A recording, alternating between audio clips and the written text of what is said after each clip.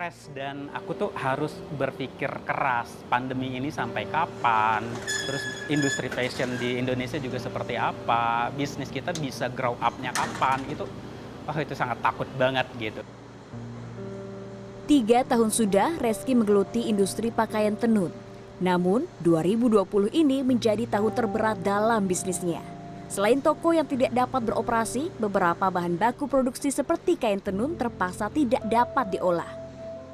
Pandemi COVID-19 membuat Reski mengalami penurunan omset hingga 80%. Kondisi untuk tetap bertahan membuat Reski berinovasi dengan membuat produk yang dapat digunakan masyarakat beraktivitas di rumah seperti celana pendek dan daster wanita.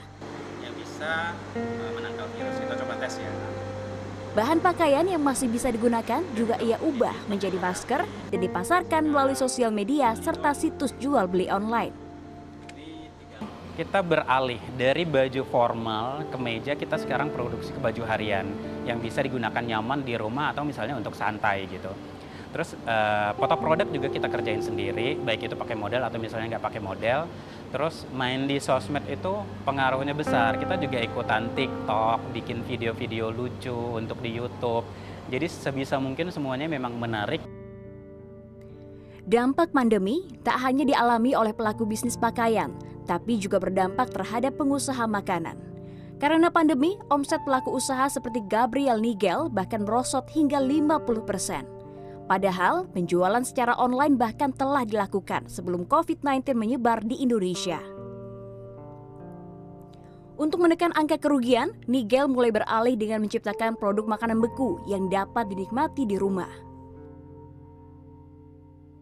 Frozen food sendiri sebenarnya awal-awal aku ya nggak terlalu expect besar ya, tapi ternyata memang antusias masyarakat tuh lumayan tinggi. Kayak banyak banget orang yang pada pesan kayak misalnya kayak kentang goreng, terus kita kan juga punya sei sapi dalam bentuk frozen food yang sebenarnya ini makanan lokal yang enak banget gitu. Jadi ternyata banyak banget, justru omset saya meningkat dari penjualan frozen food ini sendiri.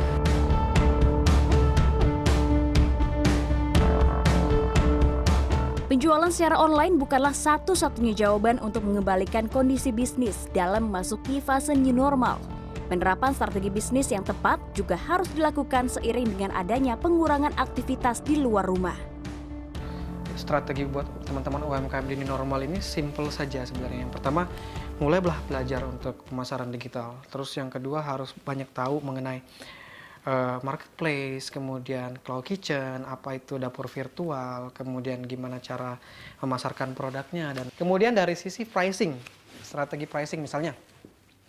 Teman-teman dari UMKM udah harus mengerti bahwa di masa saat itu masa-masa sulit. Kita harus membuat harga yang kompetitif. Udah ciptakanlah produk yang punya shelf life yang lebih panjang. Jadi misalnya apa? Frozen food. Nah, frozen food ini produk yang bisa disimpan begitu lama oleh konsumen.